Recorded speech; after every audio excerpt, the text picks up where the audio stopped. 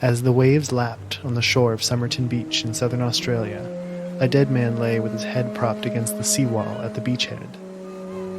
He was dressed in a suit and shine shoes, wildly inappropriate for a day at the beach. An unsmoked cigarette lay on his lapel. The man carried no identification. His clothing had no tags. There were no signs of a struggle. To this day, the Somerton Man has never been identified. Was he a spy? A scorned lover? Perhaps he was just an unlucky merchant mariner with no family or friends to report him missing. This week on Unknowable, follow us down the rabbit hole as we attempt to answer the question, who was the Somerton Man?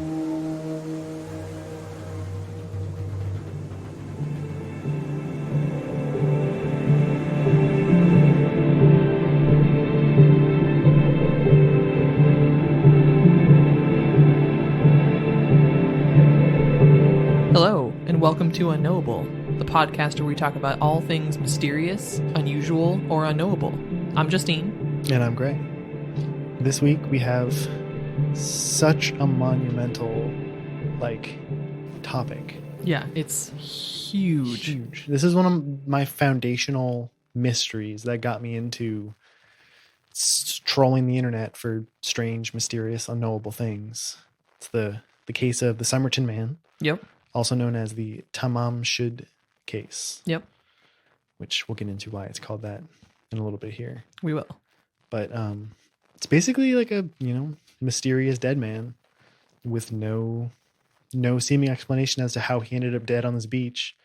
No idea who he was, who his family was. Well, there's some ideas, there's some threads we're going to pull on here, but this topic is huge. It's insanely huge.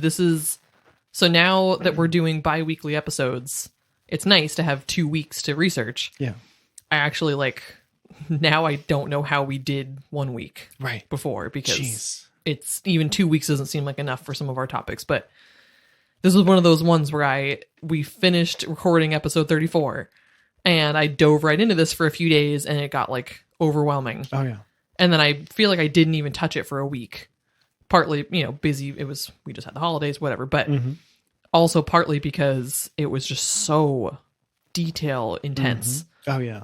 And then I finally got back into it a few days ago, which is good because it's really fresh in my mind. And I kind of had the same thing where I started to freak out again because there's just so much. Oh, yeah. Every single, detail about this case, you can dive down a rabbit hole on the internet, go on Reddit, and find thousands of comments about the brand of cigarettes that he had on him. Oh yeah. Or his calves. There's so much about his calves. So much. I feel like we've had many episodes about different things and the weird shape of their legs. Yes. We've had Mothman. Yeah. I feel like even the Kelly Hopkinsville things, they had weird legs. Yeah. There's just been a lot of talk of legs, and this goes in the leg pile. It does. This guy had the leg pile. Yeah, that's so wrong. That's good.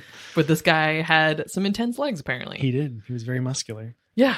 So, okay. So, yeah, the gist of this story is really, for as detail heavy as it is, it's super simple. Very simple, yeah. Dead guy found on a beach. 1948. Yep. In southern Australia. Adelaide.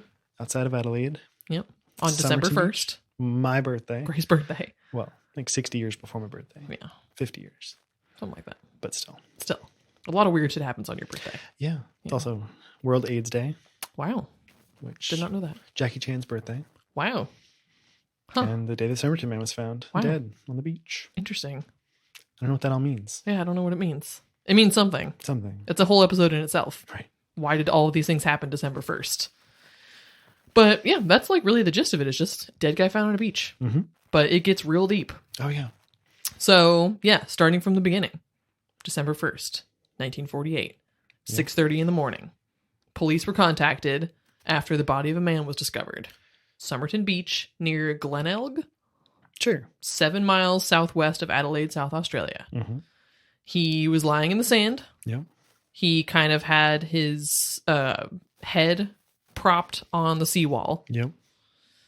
I kind of thought it was more of a casual position from the way it was described, but then one of the websites that I looked at had, like, somebody had done a reenactment of how he was laying, and it really was a much more kind of an unnatural position, but not totally.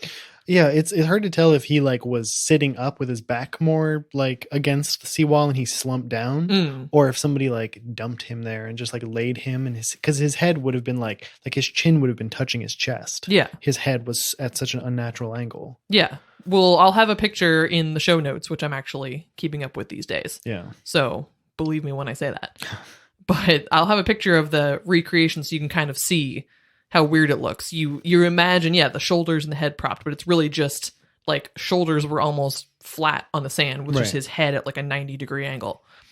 But otherwise, in a very casual position, sort of legs extended out in front of him. His feet were like ankles were kind of crossed. It was believed that he had died while sleeping. Yep. He had an unlit cigarette on the right collar of his coat, just chilling there. They searched his pockets. So he had some stuff in his pockets. He did. This is weirdly significant. Yeah, it really is. An unused second-class rail ticket from Adelaide to Henley Beach. A bus ticket from the city that could not be proved to have been used. Yeah. A narrow aluminum American comb. Ooh. A half-empty packet of juicy fruit chewing gum. Interesting. Which apparently American men chewed back then, but Australian men did not. That's going to be a big thing that happens here is like the distinction between like what was available in Australia in 1948. Like nowadays, everything is available everywhere, I feel like. But like back in 1948, it's 3 years after World War II. There's a lot of displaced people all around the world. And so like we're going to get into a lot of like, oh, like this was, an American thing or a British thing, or it's because like nobody can even determine if the Somerton Man was Australian or American or British. That's a big bone of contention. Yeah. Which gets really confusing in a case where you're trying to identify a person. Right. To have no idea if did he live in the, it's assumed he didn't live in the area. Right. So where did he come from? Right. Another part of Australia? We have no idea. He had an Army Club cigarette package containing 7 cigarettes of a different brand. Which is weird. And a quarter-full box of Bryant and May matches. Yeah. Yes. He was found early in the morning. There were some witnesses who came forward who said that they thought that they saw the same man the night before, November 30th. Laying on his back in the same spot, same position. There was a couple who had seen him around 7 p.m., the night before, who said that they saw him extend his right arm to its fullest extent and then drop it limply. Yeah. Almost like asking for help, I feel like. Or like trying to get their attention. Yeah, which is creepy. Yeah. Another couple who saw him between like 7:30 and 8. This is like, I'm pretty sure somewhere I read that sun had set shortly after 7. So this was, presumably fairly dark at this point, or getting dark. Right. So the streetlights were on. They recounted that they didn't see him move during the half hour that he was in view, but they were... So I think if I remember correctly, this was a couple that was sitting on a bench. So if you can kind of imagine, there's like a little esplanade. There's, a little street along the beach. Right. And then there's a short staircase that goes down to the actual beach.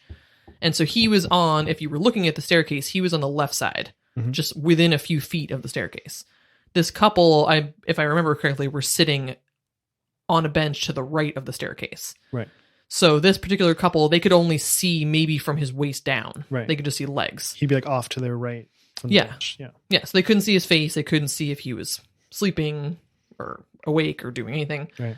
So it was the boyfriend or the husband or whatever, the guy of this couple, that said that he could have sworn that he changed positions while they were there, but he didn't actually see him move. He just thought that he was in a slightly different position when they left than when they got there, but he wasn't sure. So it's possible he was alive the night before and died at some point. Yeah. Over the night. Exactly. It's possible. But the guy wasn't sure. I think that was also the guy who got the color of his pants wrong. So it threw into question whether it was the same guy, but like, what are the odds that they at 8 p.m. saw a guy sitting slumped in the same position. Right. And then they found a guy in the exact same spot in the morning that was dead. Right. But yeah, they couldn't see his face. And I think they were the ones who mentioned that it was odd because I think there were a lot of mosquitoes out that night. One of them actually used the phrase, like, I thought he must have been like dead to the world because he wasn't seemingly moving to react to these mosquitoes. Right. Which was a chilling thing to say. Just dead. Yeah, just dead. Just dead. That would have been, that would have been my thought. Yeah. If I was on the beach and saw some, like, I probably would have gotten up. Oh, yeah. And gone over to see, like, what's up. Right. At the same time, I have definitely been, so we live in Portland, and there's a little park downtown that's kind of near, like, our courthouse, and it's, like, not really a sketchy part of town, but it can have some sketchy people go through it. And it's not uncommon to walk through there and see somebody just laying in the grass. Oh, yeah. That maybe is somebody that has been homeless for a while. They might, they just might be dirty. Yeah. And they're laying there, and I've definitely walked by people where in your mind, you're like, is that person okay? And I can see that it could be easy to think something like that, to be like, maybe that person's passed out. And Adelaide is a relatively large city in Australia. Right. So you figure these people are probably used to seeing, a lot of people. Yeah. And so just seeing somebody, he could be sleeping on the beach. He could just be homeless or drunk or whatever, just passed out, laying on the beach. And they're like, oh, he'll sober up in the morning or something. Yeah, he'll be fine. I can see that. That was definitely one of the things I read. Somebody did mention that it wasn't uncommon for people to sleep on the beach if it was a warm night, presuming that could even just be somebody who lived nearby. Right. And somebody else had said that it wasn't unusual to see somebody drunk on the beach either. Right. So yeah, both of those things, you wouldn't necessarily go and like disturb somebody. So yeah. And then another witness had come forward the following, no, actually like 11 years later. Yeah. Saying that them and 3 others had seen a well-dressed man carrying another man on his shoulders along Somerton Beach the night before the body was found. Right.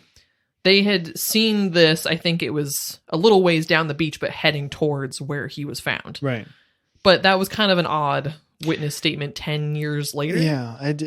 If it was like, within a year of this happening, I would buy it. But like 10 years later seems almost like you're trying to jump on the bandwagon, or why did it take you that long? And how do you remember that specifically? And it just doesn't, like, I want to believe that because that would be a very intriguing. There's some like, we'll get into the cause of death, but the cause of death, spoiler alert, may or may not have been poisoning. And one sort of like thing that lends credence to this sighting was that there was no sign of convulsions. There was no sign of vomiting. Like basically the scene was undisturbed except for this dude laying there dead. Yeah. So it's possible that he was poisoned and died somewhere else and was carried to Somerton Beach and deposited there. But like the fact that they didn't come forward for like 11 years after this, that's a long time. Yeah. I mean, I just know how my memory is, and pretty much for me, unless something happened that was tied to a very specific landmark thing, if I was in Adelaide for a trip and it was for my birthday or something, so I knew that I was there around my birthday, right, and I saw something, then I'd remember like, oh yeah, it was around June 16th. Right. But there's no way in hell 10 years later that I would remember like, oh yeah, that was November 30th. Yeah, I saw some like well-dressed man carrying somebody on November 30th. Yeah. Yeah, I don't buy that.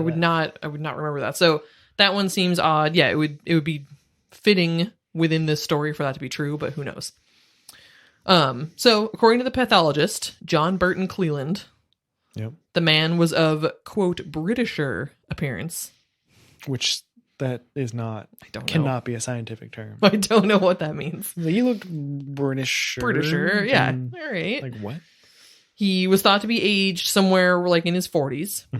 He was in top physical condition. Yeah. 5'11". Yeah, those legs. Damn. Pathologist was like, dude. This dude is ripped from the waist down. Also not scientific of him to say. No. Not at all. 5'11", tall, with gray eyes, fair to ginger-colored hair, slightly gray around the temples. Sounds like a handsome guy. Right.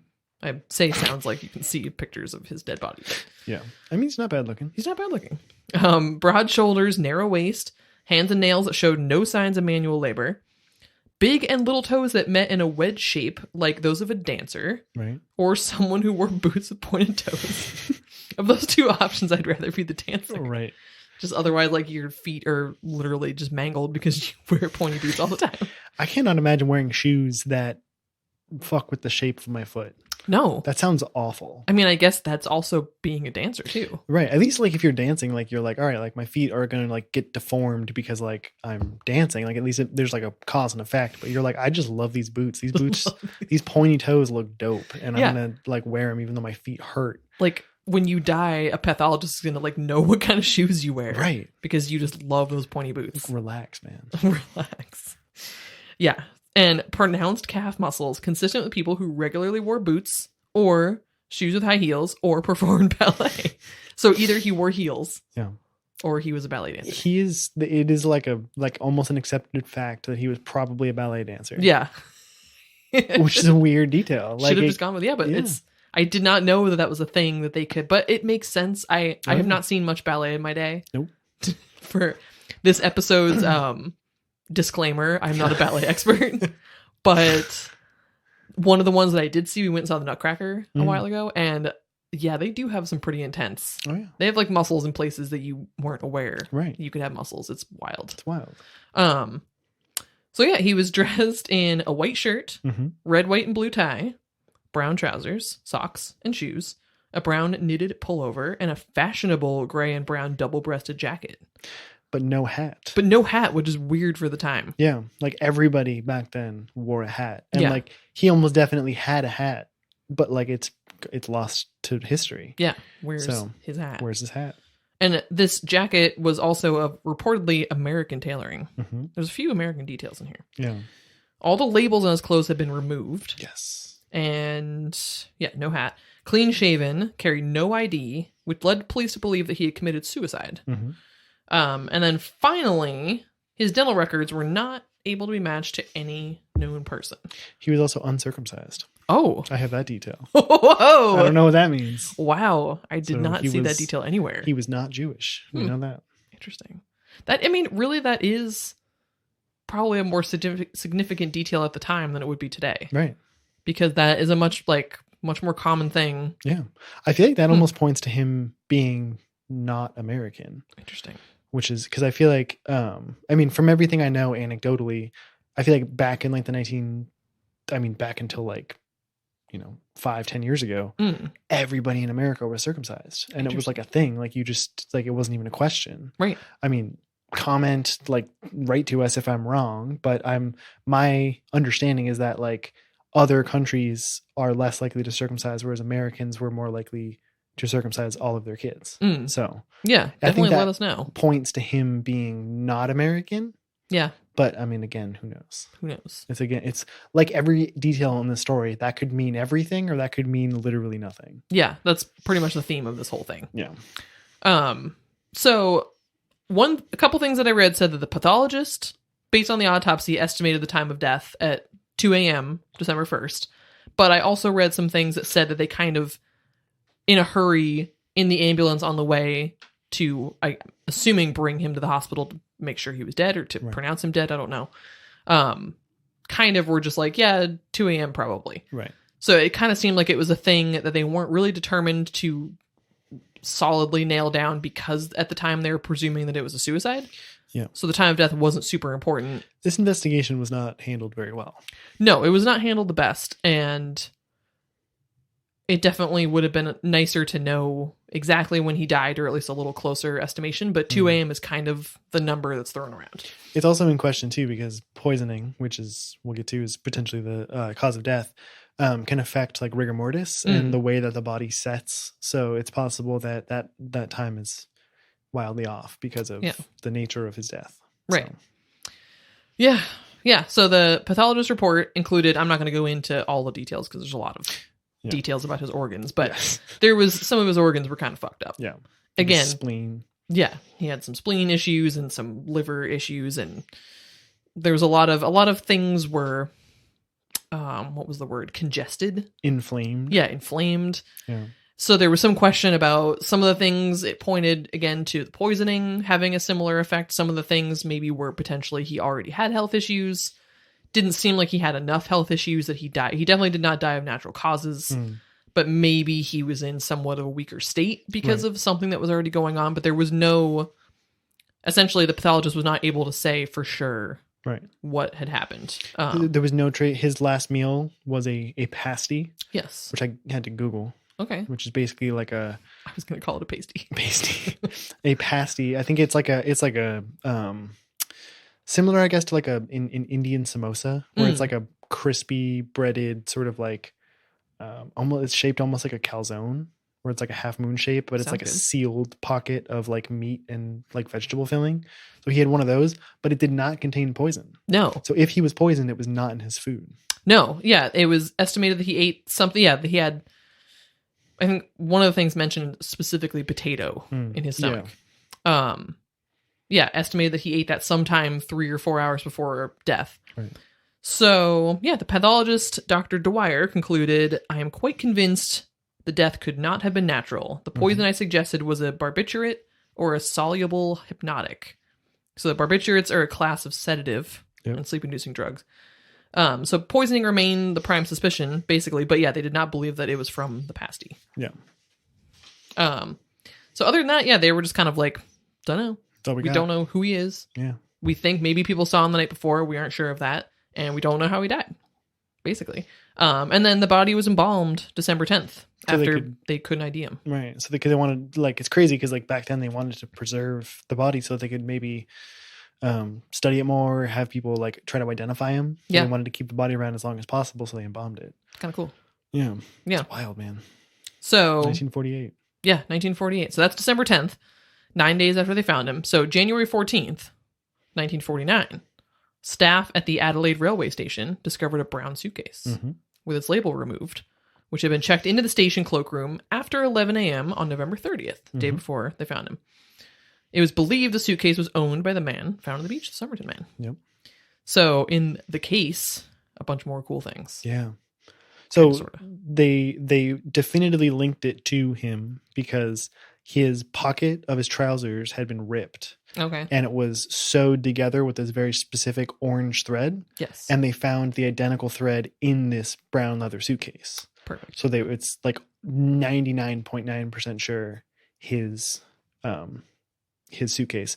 And that brand of thread is like not from Australia or was not available in Australia. So it's like even more definitive that it was his. Dang it. So Where it's did wild. this dude come from? God. It's like the most frustrating case. Because there's so much, but there's so so little. Exactly. Like when we go through the contents of his suitcase, like there's a ton of stuff and they all point in various different directions. Yeah. So far, my most significant thing that I think is the cigarettes, the 7 cigarettes that are of a more expensive brand put in the container of a less expensive, like army, like ration brand. That's something I want to put a pin in. Okay. Just put a pin in that. Cigarettes. Yeah. I hadn't even really thought too much about the cigarettes, so that's good. So in the suitcase. Yeah. Here we go. A red checked dressing gown. Yep. A size 7 red felt pair of slippers. 4 pairs of underpants. Pajamas. Shaving items. A light brown pair of trousers with sand in the cuffs. An electrician's screwdriver. A table knife cut down into a short, sharp instrument. Shiv. Shiv. A pair of scissors with sharpened points. Another shiv. Another shiv. A small square of zinc thought to have been used as a protective sheath for the knife and scissors. It's bizarre. Like a shiv holder. Yeah, shiv holder. And a stenciling brush, as used by third officers on merchant ships for stenciling cargo. Also, the thread card of Barber brand orange waxed thread of, quote, an unusual type, not available in Australia, as you said. Same that used to repair the lining in his trousers. So. Also a cigarette lighter. Cigarette lighter, huh. Which is weird that he had cigarettes on him, but he chose to bring the matches instead of the lighter. Interesting. Could mean everything, could mean nothing. Yeah, again, just could. Really, I'm having a hard time. Yeah. I'm having a hard time with this.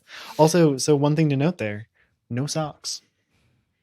No socks. No socks in his luggage at all. Interesting. Again, could mean everything, could mean nothing. I didn't even think he had a whole nother change of clothes, like a whole nother, he had like pajamas and everything, but no socks. Where did socks go? Right. Why didn't he bring socks? Did he forget socks? Is he like me? Again, is it a significant detail? Like, why are these missing? Or is he just forgetful? Right. Because that's something that I would forget going someplace. Oh, yeah. Totally forget socks. I regularly forget my toothbrush every time I go. Like, I have bought toothbrushes in many different states. Yep. Just because every time I go somewhere, I'm like, motherfucker. Damn it. It's the one thing I forgot. Yeah. Like, or I get a toothbrush from the hotel front desk. Right. Like that person who's like, So it's weird too that he like left this suitcase at a train station. Yeah. And I if I'm not mistaken, I don't know if I'm jumping ahead here, but they had remembered that he had checked his suitcase and then had come to like take a shower somewhere. Like they had like a public shower that he had to like walk to like take a shower, and then took either the train to the Somerton Beach or something. But he had gone here, checked his suitcase in, and then gone and taken a shower, and then gone about his business on November 30th, and then died that night. Yeah. And left a suitcase. It's just weird. I mean, maybe that was more normal back in the 1940s. Like you're traveling and you take a shower in a public shower. Yeah, I don't really know. That's a weird detail. Yeah, nowadays. I can't imagine doing that. Yeah. Yeah.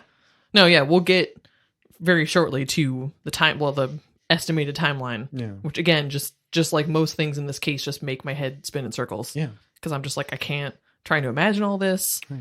It's like I need a recreation happening in front of me.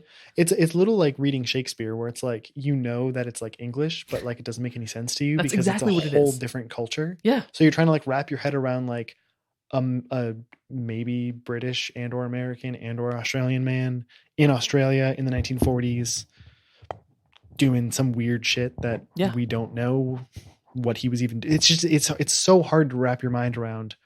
What was he thinking and what was he doing? Exactly. It's very much like you need somebody sitting next to you who lived in that time or who is an expert on that time and on that geographical location, right? Who can tell you like, oh yeah, that was normal for this, or like, oh yeah, that's something that they would have done, or oh yeah, that's whatever. Right. But without that, you're just kind of like, what the fuck? Like the fact that everything in his suitcase had the labels removed as well. Yeah. Except for like, there was like 2 or 3 labels that had one name. Yes. Yeah. So yeah, all IDs, all identification marks on the clothes in the suitcase had been removed, but they did find the name T. Keane, Keane, on a tie. Yep. Just the word Keane on a laundry bag, and then Keane without the E on a singlet, which is like a waistcoat, along with 3 dry cleaning marks, which I have written down for some reason, but I won't tell you. Find it on your own. Yep. Police believed that whoever removed the clothing tags either overlooked these 3 or purposely left them knowing that Keane was not the dead man's name, which I thought was interesting because I don't know how they could have known that it definitely wasn't his name. Yeah, it's presumptuous. It's very presumptuous. Like, oh, they totally were doing this to throw us off. Like, well, how do we know it wasn't? It seems strange that there would be 3 tags that have roughly the same name. Yeah. I had read somewhere that like it was a common thing back in those times, especially like in Australia, to label your clothes with your name. And then if you bought clothes secondhand, which people did a lot because they didn't have a lot of money. Yep. You'd remove those tags because then you wouldn't want someone else's name in it. Right. So it's conceivable that he had like bought these clothes secondhand, especially because he had like repaired the hole in the trousers. Right. So he seemed like a spendthrift kind of person. So it's conceivable that he bought these clothes secondhand, but how would he buy, like, what are the odds that you'd buy 3 things with the same person's name in it and not remove those tags? That's true. When he had removed the tags from everything else. Right. And somebody had mentioned about one of the pieces of clothing that it's possible that whatever it was difficult to get in Australia, but maybe if he had bought it from somebody who was a similar size as he was. So I don't know what the odds are that he maybe bought a lot of clothes from one person, like directly bought them from a person. I don't know how common that is. Well, I guess like I'm thinking too, like nowadays, like you go to Goodwill and it's like everything has gone to like a central processing unit and then gone out to the different Goodwills. So the odds of finding clothes from the same person are super slim nowadays. But maybe back then, everything is, from within 25 miles around or whatever. Right. So maybe it was more likely back then to find like several pieces of clothing from the same person at a thrift shop. And potentially if they all fit him, it makes sense because like one dude's. So again, like this could mean everything. This could be like the break in the case, or this could just mean nothing. Like he could have just bought these at a thrift store and forgot to take the tags out. Or his name could have been Keane. Or that's his name. Like, but there was nobody found who was missing with that name. Right. In Australia. Yeah. Or in any English speaking country. There you go. Yeah. Yeah. Yeah. So an inquest into the death conducted by coroner Thomas Erskine, Cleland, commenced a few days after the body was found, but then was adjourned until June 17th, 1949. So this is part of when it gets confusing. Mm-hmm. So police checked incoming train records and believed the man had arrived at the Adelaide railway station by overnight train from either Melbourne, Sydney, or Port Augusta. Okay. They speculated he had showered and shaved at the adjacent city baths. So there was no baths ticket on his body. Doesn't necessarily mean anything, but I guess you needed a ticket. See, again, like, I'm reading this and I'm just like, what the fuck does that mean? Yeah, right? A baths ticket? What does that mean? Before returning to the train station to purchase a ticket for the 10:50 a.m. train to Henley Beach, which for whatever reason he missed or just didn't get on the bus. He immediately checked his suitcase at the station cloakroom before leaving the station and catching a city bus to Glenelg. Although named City Baths, the center was not a public bathing facility, but a public swimming pool. Just like, okay. The railway station bathing facilities were adjacent to the station cloakroom, which itself was adjacent to the station's southern exit onto North Terrace. Good Lord. The city baths were accessed. Wow. I'm having a time right now. A stroke. There is no record of the station's bathroom facilities being unavailable on the day he arrived. So I guess that is significant just because it's like, why? If he could have just showered and whatever right next to where the cloakroom was and he was going to drop the suitcase anyways, why did he go to the city baths? And it makes it seem like if there was a ticket, did he need to pay to use the city bath showers? Right. Why didn't he just shower where he was if it was available and he could have just done that? I would say the one thing that this tells us is that he was not from Adelaide. Yeah, that's because true. he would not be taking a shower and shaving at a public bath if he had access to his own home and shower. Yeah, yeah. So he does not live around here, nor does he have, I don't know, like, he's clearly a traveler.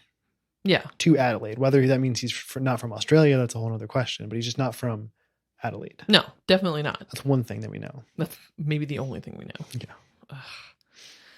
Yeah, so the investigating pathologist re-examined the body and made a number of discoveries, one of which, his shoes were super clean and recently polished, rather than the state that they would expect if somebody had been like walking around Glenelg all day. Right. He wouldn't have these super clean shoes. And which was somewhat supportive. Again, we've already mentioned the poisoning theory. Somewhat supportive of the fact that maybe he was brought to the beach after he died. And the other thing was that there was no evidence of vomiting or convulsions, which would be present if he was poisoned. There would most likely one or both of those things would happen, not in 100% of the cases, but probably. So he speculated that as none of the witnesses could positively identify the man they saw the previous night as definitely being the same guy, there still remained the possibility that he died somewhere else and had been dumped there. But basically, like, all he could come to was that was just speculation. Right. We don't really know. And so Cedric Stanton Hicks, professor of physiology and pharmacology at the University of Adelaide, testified that a group of drugs, variants of a drug so at the time he would only call these groups number 1 and number 2, because he said these were extremely toxic in a relatively small oral dose, and it would have been really difficult to identify even if they had suspected those drugs. And at the time, apparently they were quite easily procurable by the ordinary individual from a chemist without really much need, like, to give a reason why you needed them. So I think at the time he did not want to give the name of what these were so that people couldn't get an idea and be like, oh, sweet. Right. But in the 80s, they finally revealed that they were digitalis and, don't know how to say this word, Ouabain. I got nothing. I don't even want to try. Wobbin? I don't know. Somebody's listening to this knowing how wrong we're getting this. Screaming at their iPhone right now. Yeah. I'm very sorry. Yeah. So both of these are more words I don't really know how to say. Cardinalide type cardiac glycosides. Nice. Yeah. That sounded sure. Right. Yeah. You're very encouraging. You're also like, I have no fucking idea. I have no idea. So digitalis is a genus of about 20 species of perennials, biennials, and shrubs commonly called foxgloves. Okay. Probably know that name more, although I knew the name digitalis. Nice. Native to parts of Europe, Asia, and northwestern Africa. The term is also used for drug preparations that contain cardiac glycosides, particularly the one called digoxin. Fuck. Close enough. Damn. Every time I mean to look up how to pronounce things and then I just don't. Yep. Extracted from various plants of this genus. So ouabain is a plant-derived toxic substance that was traditionally used as an arrow poison in Eastern Africa for both hunting and warfare. In lower doses, it can be used medically to treat hypotension and some arrhythmias. Pretty intense. And a cardinalide is a type of steroid, and cardiac glycosides are a class of organic compounds that increase the output force of the heart and increases rate of contractions. So, but again, this is pure speculation. This is speculation. This is just nothing was like they couldn't. No, they didn't find anything. This is just what they thought would be the likely. Yeah. Because it's hard to find traces of them in the blood apparently, and it seems like it could have fit. But this, in particular, those types of steroids or those cardiac glycosides can be used for like congestive heart failure and arrhythmias, but they aren't used very often apparently because of their relative toxicity. So these can be like very dangerous drugs used incorrectly or in the wrong hands. So if somebody had poisoned him, they know a lot about pharmacology and poisoning and how to kill somebody without it showing up in a tox screen. Yeah, because nothing was found. Right. He noted that basically he thought it was odd that there was no vomiting, but he couldn't really make a conclusion about that even with that because, again, it wasn't 100% of poison deaths have vomiting. Right. So he said that if death had really occurred 7 hours after the man was last seen moving, it would imply that like a massive dose would have needed to be used, but that could still be undetectable. So there's just really nothing. They thought that arm movement that somebody maybe saw at 7 p.m. could have been a convulsion during his actual death, but again, there's no way to know. Like it didn't. I would think a convulsion, somebody seeing that wouldn't just be like, oh, he lifted his arm up. Yeah, that's not like a convulsion. Like that seems. If anything, I would buy that being more like rigor mortis, like his body like getting rigid and like one of his arms going straight up from the rigidity. That's what I would read into that rather than a convulsion. It's creepy. That is creepy. Yeah. Early in the inquiry, Cleland stated basically that he thinks it was poison. It was probably a glycoside and that it was not accidentally administered, but he can't say if it was administered by the Somerton Man or by somebody else. Right. But there was no vomiting. There were no fecal stains in the underwear. Just FYI. It's good to know. Also, just to go along with like all these details, like his non-circumcision. Yeah. What an undignified like existence that the Somerton Man now has. Yeah. Every like detail of his like physical body has been published on the internet. We're talking about his penis and his calves. Yep. It's wrong. His weird toes. His weird toes, yeah. Wedge-shaped toes. The fact that he maybe just wore heels all the time. Right. We don't know. He's like, come on, guys, I was a dancer. And we're like, I don't know. Or did you just wear boots all the time? Don't know. Not judging. Not judging. It's totally fine. But no evidence of convulsions. They talked about like a little bit about there didn't seem to be, the fact that he had a cigarette just sitting on his lapel meant that most likely he did not have convulsions laying there. That cigarette would not have stayed on his lapel if that was the case. I get the impression like the cigarette was like in his mouth and it just fell out onto his lapel. Exactly. Which it's not convulsions. That would just be like, just fell off your lip or whatever. Yeah. Just falling asleep or dying, I guess. Just dying. And even just the fact that he had something in his stomach to identify what his last meal was means that most likely he did not die. Right. From, wow. Okay, I'm so sorry. He's not dead at all. Wow. That's the real unknowable part. Surprise. No, that he didn't vomit. Exactly. So, yeah, very confusing. Yeah, that's where we're at right now. So he's probably poisoned. We kind of know his movements on November 30th. Yep. Kind of, sort of. Before that, we have no idea. No idea. Let's get to the real, what I think is part of the meatiest part of this whole story. Yeah. So essentially, to wrap up all that, there was no T-Keen missing in any English speaking country. Yep. So that the one possible lead for the names in his clothing was nothing. Again, the coat, there was a front gusset and feather stitching on a coat found in the suitcase indicated that it had been manufactured in the U.S. Again, another tie to the U.S. Yep. But it had not been imported. So again, he either had been to the U.S. himself, possible, or bought it from someone of a similar size who had been, also possible. Again, there's maybe evidence that he was buying secondhand clothing or getting it from somebody else, so who knows. So they made a plaster cast of his head and shoulders, and were kind of using that, but they referred to this as like an unparalleled mystery. And they, at the time, believed that like the cause of death might never be known. Right. It was like already a mystery in its day. Yeah. And so far, even in 2020 now, it is still unsolved. For now. So, in April of 1949. About a year later. Yeah. Yeah, about a year. Well, yeah, a year after, yeah. like, this inquest is happening. Yeah. A tiny piece of rolled up paper with the words Tamám Shud printed on it was found in a fob pocket stowed within the dead man's trouser pocket. I'm a little curious. I mean, I guess it was mentioned that this pocket was like really well concealed. Yeah. Just not on purpose, but just the way the pocket was. Right. I was a little bit like, wow, that took a long time. I mean, I guess they didn't really have reason to not a search great his clothing. Investigation. Right. Like, I was like, wow, that's a long... I really expected that to have been found right after they were searching the body, but no. So this was, a little pocket near like the waist of the trousers that generally was used for pocket watches. Kind of like how in your current pocket you have like the little change pocket. Yeah. But I guess, in the waistband. Yeah, which is odd. Yeah, it's weird. This roll, like, apparently one of the things I read said that it was in there deep enough that they had to use tweezers to get it out. Yeah, and it was rolled up like super tight. Yeah. Which is weird. So public library officials were called in to translate the text, and it was a phrase meaning ended or finished, found on the last page of the... You need to say this because I don't know how to say it. The Rubaiyat of Omar Khayyam. There you go. Which was very much considered to be a popular book at the time. This was like a book of... Well, I'm going to get into that in a second, but this was a popular book.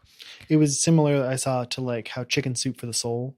Similar idea where like it was this big cultural thing that everybody read and was very much like a feel-good kind of like inspirational text that people would use as like a, kind of like a lighthearted like way to feel better about life. It was a lot of like persevering in the face of adversity and stuff like that. I had no idea. I had literally never heard of this. Me neither. Until I did kind of a deep dive. Yeah. But it's so Rubaiyat is the plural of a word that means poem. I think like rubai would be like the singular. So the Rubaiyat of Omar Khayyam, it's basically like the collection of poems of Omar Khayyam is what I understand about it. Yeah, this was the title that Edward Fitzgerald gave to his 1859 translation. So yeah, the selection of these quatrains, 4-line poems from Omar Khayyam. So this was translation from Persian to English. And so this guy, Omar Khayyam, lived from 1048 to 1131. Yeah. Holy crap. Weird. Dubbed the astronomer poet of Persia. Whoa. Which is kind of badass. It's a dope name. Dope. Yeah. Dope description. Yeah. Title.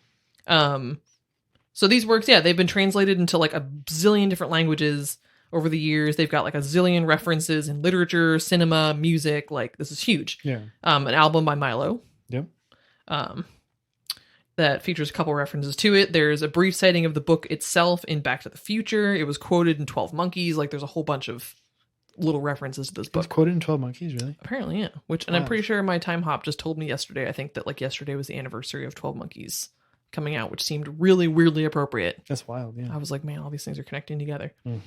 So yeah, they actually put a photograph of this scrap of paper, released it to the press so they could hopefully find the copy of this book that had this part ripped out. So yeah, the theme of the Rubaiyat is that one should live life to the fullest and have no regrets when it ends. Right. Which is oddly fitting again with the theory of suicide. Yep. Again, the poem subject led police to theorize that he had committed suicide, but no solid evidence for that. Yeah, like if you ripped a page out of a book that said like, it is finished, and you put that in your pocket, it would make sense that you were making it's almost like a suicide note. Right. Kind of like, it is finished, my life is finished. Yeah. I have no regrets. Yeah, no regrets. So, dang. Gray has lost consciousness. Put his head back too far and whacked it. Oh, yeah. So, they located the copy. Yeah. July 1949. So it's like it's like a year later. Yeah. And it's like a weird, like these two dudes, was it brothers? It was a dude and his brother-in-law. Okay. They had like they had left their car on like parked next to the beach near Somerton Beach. I guess it was the night of November 30th or the day of November 30th. They had parked there, went off, did their thing, came back, and they had seen that there was the little book, the Rubaiyat, was in their back seat, and each of them thought that the other person had it and it was theirs and had put it in the back. So they just like grabbed it and threw it in the glove compartment, and it just sat in their glove compartment for like almost a year before they like saw this on the news, and then they were like, oh wait, that's that book that we found. It's just weird. Like I think I had read that they assumed that somebody had just like let like one of their back windows was down of their car, and somebody had just like kind of thrown it in as they were walking by. Conceivably, the Somerton Man was walking, tore this thing out of the book, tossed the book into like just some random person's car as he was walking, and then went down to the beach to die. Yeah, is the, I guess, what you could read into that, but I mean, who knows? Who knows? Yeah, this particular detail of the story is one that almost every place that I read about this story varies. Yeah. Sometimes pretty greatly. As far as when exactly this book was found and how they found it. See, the version that I found, which is similar to the one that you found, was that, let's see, essentially this guy, so I think they had a name for him. They were calling him a pseudonym of Ronald Francis to protect his identity. A lot of people in the story are protecting their identity. Yeah.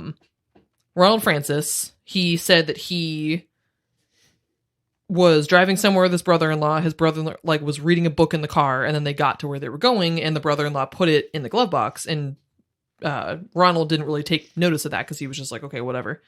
And then when the police made the call, like looking, they released that picture, he was like, wait a second, and pulled the book out, and then sure enough on the last page, it was Tamám Shud spot was missing. Yeah. And so he contacted his brother-in-law and was like, that book you put in the glove box, like that's the book the police are looking for. And his brother-in-law was like, no, dude, like that was on the back floor of your car. I just assumed it was yours and put it in the glove box. Oh, weird. Yeah. So it apparently same thing. Like he frequently parked his car with the windows down. No big deal. I think it said that he lived very close to that area, I think.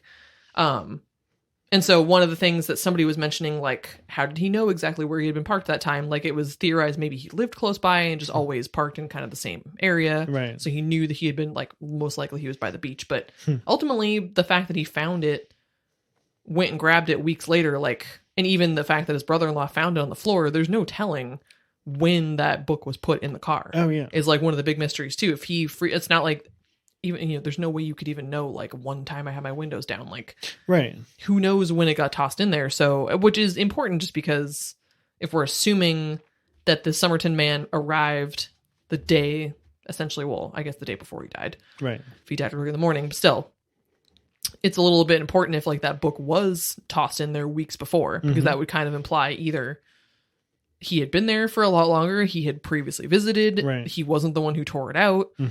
It like raises all kinds of questions. Yeah, like somebody planted it in his fob pocket. Yeah, exactly. So, yet another thing again that, I mean, this is one of the details that I feel like probably isn't nothing, but then even then, like, he could have committed suicide and could have included that in there. He could have been walking from somewhere to the beach and just like ripped it out and been like, fuck this book, and tossed it in the window and whatever. Well, we'll get into where he potentially got this book from, but it could just be, it is finished does not necessarily refer to his life. It could be refer to a past relationship that he had. A past relationship, yeah. It could refer to like a job being done. Or maybe he just liked the way that it looked. Yeah. And just wanted to like keep it. Like, maybe he didn't even know what it means. Right. Maybe it wasn't connected to his death at all. And yeah, he had just torn it out. And I mean, which it still raises a question of like, how did it end up in that person's car? Right. But still, maybe he was just, I don't know, walking down the street and just tossed, like, just thought it'd be fun. Yeah. It's again, like, everything or nothing. Yeah. It's like the most upsetting thing is just that you want to get into this guy's brain and just be like, what? Yeah. You want to examine every single piece of evidence, but it's like, you could be going down the completely wrong rabbit hole and missing, the forest through the trees. Oh yeah. Yeah. That is for sure the theme of this. So on the inside of the back cover of the book, detectives identified indentations from handwriting. This is also another detail that got muddled a little bit just because some people said it was indentations. Some said it was like very light pencil marks. Doesn't really matter. A telephone number, an unidentified number, and then text that resembled an encrypted message. Yes. Which I will not read out because it's just a bunch of letters, but you can check it out in the show notes. Yep. So, yeah, there's 5 lines of text, but the second line was crossed out, and the second line was very similar to the fourth line, so it's theorized that he started to write the second line and messed it up, either in order or whatever, crossed it out, and then did the third line, and then the fourth line, the fifth line. And so it's never been cracked. No, never been cracked. But there's like, so somebody had done like some analysis of it, and it doesn't follow the phonetic patterns of words in English. So it's probably not encrypted words, but it does follow the phonetic pattern of the first letter of words in English. Yep. So it's potentially like if you were to trying to memorize like a paragraph of something and you just wrote the first letter of each word to remind yourself, almost as like a study aid or something. Yep. It's almost like, I thought that was interesting. Like, it's almost like a memory aid rather than like an encrypted sort of message. Yeah. Or maybe it is an encrypted message. Maybe, we'll get into the potential of what this could mean for the different theories. But yeah, I thought there's a weird detail that it's like phonetically similar to the first letter of words rather than like the actual letters of words. Oh yeah. Yeah. It's one of those, for all the people that have looked at it, include, some pretty high up people who do this on a regular basis. Nobody has any idea what it means. Right. But yeah, I think it's in its brevity as well. It's a pretty short thing usually but even again, like we talked about ciphers in the Zodiac Killer episode, and he had some pretty long ones. Yeah. And even those, just who fucking knows? Right. Dude had a lot of typos though, so he probably just messed up the words. Yeah. I'm gonna like burn Zodiac Killer in this episode too. Yeah, he sucks. He sucks. He's the worst. The worst serial killer. He's the worst. So who knows? But it was a little too short. They just couldn't figure it out. But the telephone number, yes, on the back cover, belonged to a nurse. So she goes by many names, but Jessica, for short, Joe Thompson. Yep. She lived on Mosley Street in Glenelg, about 1,300 feet north of where they found the body. So she was very close. Very close. She was interviewed by police. Said she didn't know the dead man, didn't know why he would have her phone number, and didn't know why he would choose to visit her suburb. But she did report that at some time in late 1948, an unidentified man had attempted to visit her and asked a next door neighbor about her. So this guy, Jerry Feltis, retired detective, who I think got into this case when it was a cold case, he has a book on the case called Unknown Man.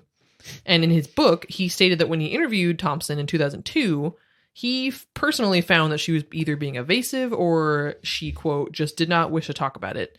And he believed that she knew the man's identity. And in 1949, she requested that police not keep a permanent record of her name, release her details to third parties. She thought it would be embarrassing and harmful to her reputation.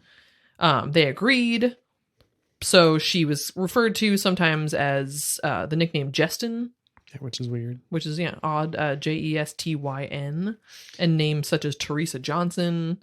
It just seems like a weird thing that you would want to like hide from. You know what I mean? Like it feels like hiding. It doesn't feel like, because like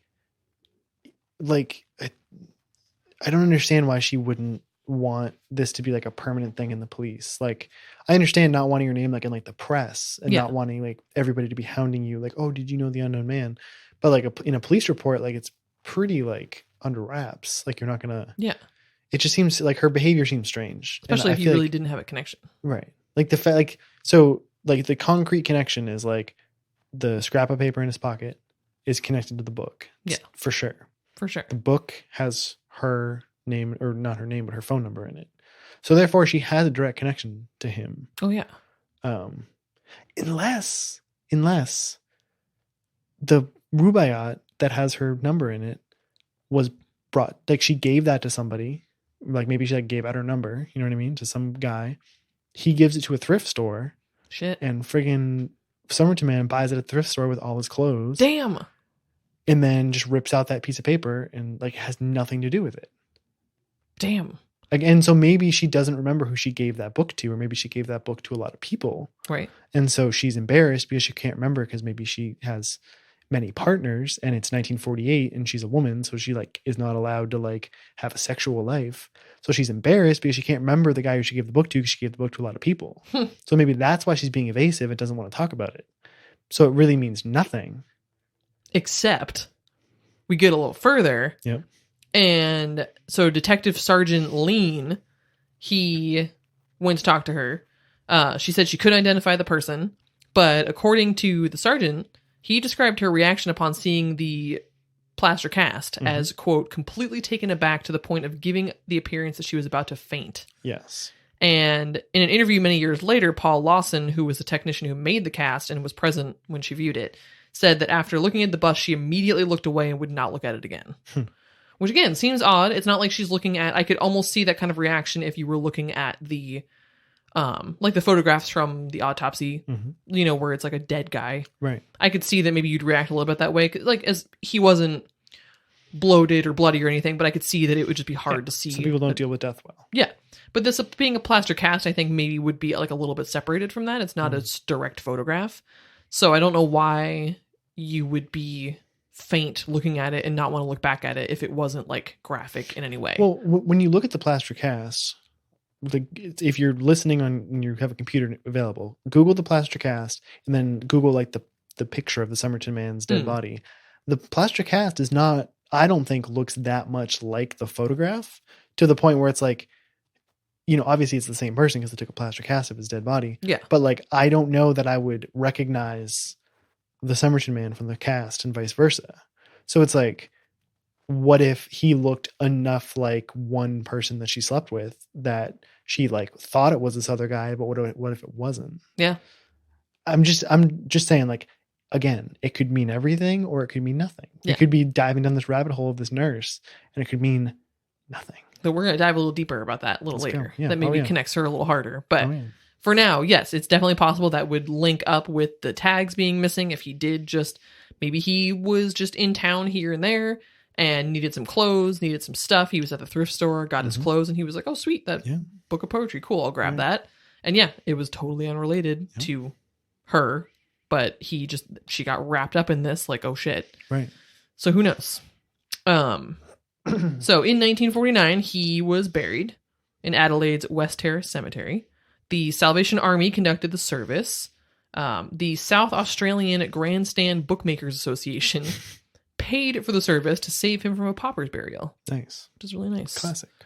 Weird connection there. There was a pub across from the cemetery, the Elephant and Castle Hotel. The hotel's patrons were very captivated by the case, as everybody is and was, including the members of the South Australian Grandstand Bookmakers Association. And they held regular meetings there, so they decided to take up a collection for his funeral. Nice. Very sweet. It's very sweet. Yeah, I actually Googled them to find out like what exactly are they. Couldn't find anything. Interesting. Except pictures of the funeral, which will be on the show notes as well. Yeah. Years after the burial, flowers began appearing on the grave. Police questioned like a woman seen leaving the cemetery, but she claimed she knew nothing. Which definitely, I mean, people get so into this type of thing. There are graves of all kinds of mysterious deaths and, you know, weird people in history that people go and visit and bring flowers and get very emotionally attached. I would love to go to see the Somerton Man's grave. I would absolutely go. It looks cool. Yeah, it does look cool. Also, picture of his grave on show notes. It says, here lies the unknown man who was found at Somerton Beach, 1st December, 1948. Yeah, I would for sure go see that. So it's absolutely, I mean, these are people that live in the area, so I'm sure like they were way more swept up in the details. I can't imagine if this was in Portland. Yeah. And this cool case was happening and all these links were being discovered and nothing was being solved. Like I probably would go scope it out. It'd be cool. So about the same time, there was a woman, Ina Harvey, the receptionist from the Strathmore Hotel, which was opposite the railway station, revealed that a strange man had stayed in a room for a few days around the time of the death, checking out on November 30th. She recalled that he was English-speaking and only carried a small black case, not unlike one a musician or a doctor might carry. When an employee looked inside the case, he told Harvey that he had found an object inside the case he described as looking like a needle. So that, I think, was only kind of included because it was like, maybe this was the killer. Potentially. Not the Somerton Man, but maybe this was whoever potentially killed him. Who knows? There was like somebody in November 1959, this E.B. Collins, an inmate of the New Zealand's Wanganui prison, claimed to know the identity of the dead man. There have been numerous attempts to crack the letters in the back of the book, including like military intelligence, naval intelligence, mathematicians. Yep. Nobody. In 2004, that retired detective Jerry Feltus suggested in a Sunday Mail article that the final line of the code, which again I'm not going to read, could stand for the initials of "It's time to move to South Australia, Mosley Street," which is the street that the former nurse lived on. But the last line, so that all adds up. But each letter is just the first letter of that sentence, except street is ST. Right. And then there's 3 letters GAB at the end. Yeah, exactly. So like there's a whole lot of stuff where it just feels like a reach. Yeah. It's just like, oh yeah, this probably. But yeah, no idea about the code. They did the Australian Broadcasting Corporation did a documentary series in the 70s. There was there was all kinds of people claiming that they knew this guy. There's been 250 quote unquote identifications of the Somerton Man that have pretty much all been proven to be incorrect. Right. And yeah, the South Australian Police Historical Society has the bust, which apparently has strands of his hair, which is awesome. This day and age, that could break the case. Yeah. Any further attempts to identify the body have been somewhat hampered by the embalming. The formaldehyde destroyed much of his DNA. And his suitcase doesn't exist anymore. They destroyed it in the 80s. They fucking burned it. Yeah. What? Yeah. Dude. And apparently witness statements have disappeared from the police records over the years. There's I don't I understand okay, to a degree I could see that they're playing the angle of how long can we be expected to keep this stuff? Right. If it's years and years, decades later, but this is the quintessential mystery from Australia. Yeah. If you Google Australian mystery, this is number 1. This is it. So it's their whole country's big mystery. Yeah. So why wouldn't you hold on to that? How much room can a single suitcase take up in an evidence locker? Yeah. But it's gone. That's just hurts my. It's the burning of the Library of Alexandria. Yeah. Why would you burn it, man? Yeah, you can't get it back. Just give it to someone and they'll hide it in their basement. Yeah. Right? Give it some museum somewhere. Yeah. Give it to them. But no. Yeah, so there's all kinds of supposed identifications. There were on December 5th, 1948, the Advertiser, an Adelaide newspaper, reported that police were searching through military records. There was a man claimed to have had a drink with the Somerton Man at a hotel on November 13th, and that he produced a military pension card bearing the name Solomonson. Why would that come up? I don't know. Why, if you're drinking with somebody in a bar, why would you pull out your military pension card? Yeah, and be check it out. Yeah, that Here's just seems like a reach. Super sweet. Yeah, but basically everything has just been no. There was... The most promising, maybe, was in 2011, an Adelaide woman contacted biological anthropologist Maciej Henneberg. Sounds right to me. Anything. But an identification card of an H.C. Reynolds that she had found in her father's possessions. It was a document issued in the U.S. to foreign seamen during World War I, and it was given to Henneberg by this woman for comparison of the ID photograph to that of the Somerton Man. Apparently it was very similar looking. I would say it's a pretty close. Yeah. Obviously there's a pretty big age difference in the picture of the man in this one. Yeah. And the Somerton Man. So, it could be roughly 15, 20 years age difference. But I think personally just, comparing the two images side by side, Google H.C. Reynolds identification card and the Somerton Man and just look at him. Yeah. It's close. I wouldn't say it's 100%, but it's close. Oh yeah.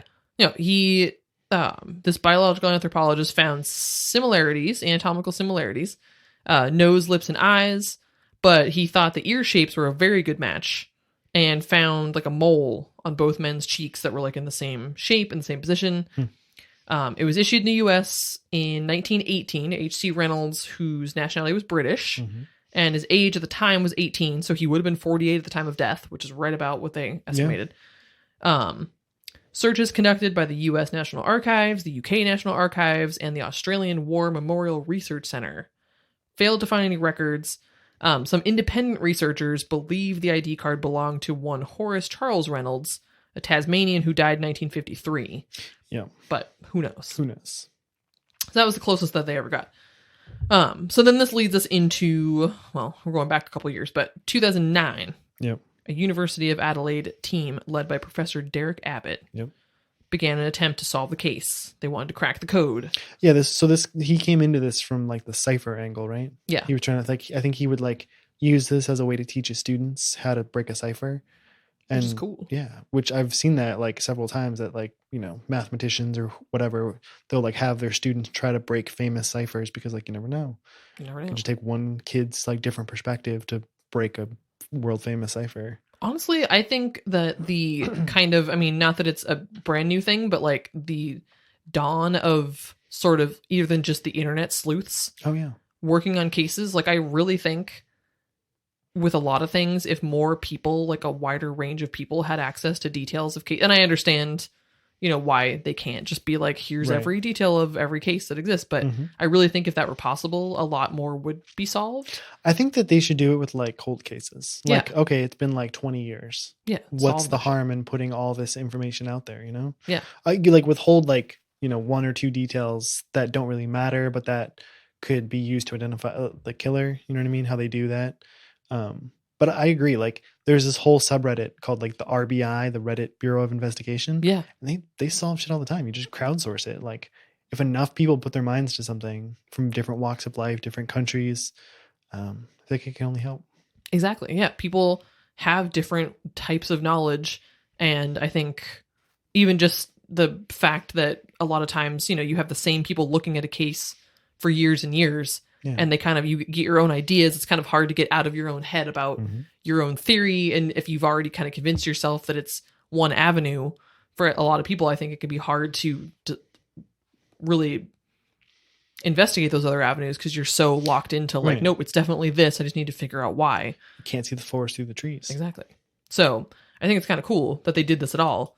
But yeah, his investigations have led to questions concerning the assumptions police have made on the case. Yeah, this dude Abbott like went hard. Yeah, he went real hard. You can hear more about how hard he went. Yeah. So the Maciej Henneberg, the professor of anatomy at the University of Adelaide, examined images of the Somerton Man's ears and found that his Simba, sure, upper ear hollow is larger than his cavum. Yeah. I did not know how bad I was at saying. There's just so many words. You know, you see a word written and you have in your head how it's pronounced, but then like the minute you have to say it out loud, you're all of a sudden like, I'm the dumbest person in the world. Wait a second, yeah. Yeah. Cavum, his lower ear hollow. So the upper ear hollow is larger than the lower. Yeah. Apparently this is only possessed by 1 to 2% of the Caucasian population. Yeah. It's easier to, when you see a photo of it, it's easier to understand. Yeah. Yeah. It's hard to picture. And then in May 2009, Abbott consulted with dental experts who concluded that the Somerton Man had hypodontia, which is a rare genetic disorder defined as the developmental absence of one or more teeth of both lateral incisors, a feature present in only 2% of the general population. So he had these like weird genetic quirks that could potentially be used to identify either him or his descendants. Exactly. Because having these two genetic quirks is super rare. Yeah, super rare. In June 2010, Abbott obtained a photograph of Jessica Thompson. So this is the nurse whose phone number was in the copy of the Rubaiyat. Yeah. Her eldest son, Robin, who was only like under 2 years old at the time when Somerton Man died. The photo clearly shows that he, just like the Somerton Man, had not only a larger Simba than cavum, but also hypodontia. Interesting. Apparently, the chances of this was a coincidence have been estimated as between like 1 in 10 to 20 million. Jeez. That this is just a coincidence that he's not related to the Somerton Man. So, and interestingly enough, Robin went on to perform with the Australian Ballet and the Royal New Zealand Ballet after his mother. Like, one of the things I read literally just said that she like took his hand one day and took him to dance classes. Weird. Why was she driven to do that? Insanely ripped calves and weird wedge-shaped feet as well. Yeah. So interesting. So they would need to exhume the body for DNA testing to confirm or deny this. But at the time, in October 2011, the Attorney General John Rao, refused permission, stating that there needed to be basically more public interest reasons rather than just curiosity. Right. July 2013, Abbott released like an artistic impression that he commissioned of the Somerton Man. He thought maybe the autopsy photos weren't quite good enough and the bust wasn't quite good enough. And then interestingly enough, in 2015, Abbott married Rachel, who is the daughter of Robin. Yeah. And his, I think Robin at the time had passed away already. Yeah. But his widow. Right. They had a baby and Derek Abbott married her. Yep. How crazy is that? He went deep. He went real deep. So he, in researching this case, obviously wanted to get in touch with any living potential family members, even just of Jessica Thompson, right, to find out, what do you think? Did your mom know this man? Did she ever talk about this? Whatever. So he corresponded with Rachel via letter. They arranged to meet in person, discovered they had a lot in common, and apparently he proposed by the end of the weekend. It seems fast. It seems fast. Also, he lost all journalistic credibility. Yeah, a little bit. He is no longer an objective outsider. Like, they have 3 kids now. Yeah. They might have kids that are related to the Somerton Man. Right. So Rachel theoretically would be the granddaughter of the Somerton Man. Yeah. And therefore, Abbott's children would be the great-grandchildren of the Somerton Man. Yeah. There was even like one interview thing that I read that was her talking about like, people joke that he married me for my DNA, and I think that might be partly true. And I was like, what? That's weird. What? That's weird to say. This dude Abbott seems like a strange man. Yeah, I mean, on one hand, like, I initially read that and I was like, well, like, people fall in love all kinds of ways. Right. And that's cool. And I was imagining in my head that he's like, long-term interviewing her and they're spending like months talking or whatever. But then like, I don't know how long they corresponded via letter. Right. Maybe that was a long time. But then like they met in person and just like really hit it off. And then like, bam, by the end of the weekend, he's like, marry me. Yeah. It's intense. So fast forward 2017, he announces that they have 3 excellent hairs, quote, at the right development stage for extracting DNA found on the plaster cast of the corpse that were submitted for analysis. That apparently could reportedly take up to a year. It's obviously been a little bit longer than that, but I don't know if there's an update on that. In February 2018, the University of Adelaide team obtained a high-definition analysis of the mitochondrial DNA from the hair sample, found that he and his mother, so the Somerton Man's mother, belonged to I'm not even going to pretend to know what the hell this is, a haplogroup H4A1A1A, which is possessed by only 1% of Europeans. Interesting. I looked up, because I like to know what things are when we do this research. Like, I was all looking up digitalis. Yeah. I looked up haplogroup, whatever. Did not understand a thing. It's basically like your extreme ancestors. Yeah. So like the first person in your who possessed your DNA, who had the specific mutations that you have. So it would be sort of like the beginning of your genetic line. Yeah. Your genetic lineage. It's intense. And so your haplogroup would be like, one specific sort of like Adam and Eve that then, like certain haplogroups are huge. Like there are some in China that have like, millions of people belong to this haplogroup. There are some that are very small and specific that come from like different it's fascinating. I would encourage our listeners to delve into haplogroups because it's good for your edification. Yeah, it's wild. I tried. I maybe was already a little too, like, I was a sponge soaking in all of this, and I think I was just like too full at that point. I was like, nope. You got to switch gears to like some just, dense science. I couldn't add any more. But anyways, so there was in November 2013 a 60 minutes quote investigation, which I wouldn't really call that. It was just like an interview. Yeah. So relatives of Jessica Thompson gave interviews to the program 60 Minutes. Kate Thompson, the daughter of Jessica, who actually died in 2007. And Prosper Thompson. So that was Jessica's husband that she, I believe, married shortly after this investigation. Like shortly after the Somerton Man was found. Jessica Thompson married this guy named, that was the name Prosper. It's a cool name, right? That is a cool name. So Kate, believed that her mother had known who the Somerton Man was. She said that her mother had actually told her that she lied to the police that she did know the identity of the Somerton Man, and that his identity was also, quote, known to a level higher than the police force, is what she said. Kate suggested that her mother and the Somerton Man may have both been spies. Damn. Noting that Jessica taught English to migrants, was interested in communism, and could speak Russian, although she would not disclose to her daughter where she had learned it or why.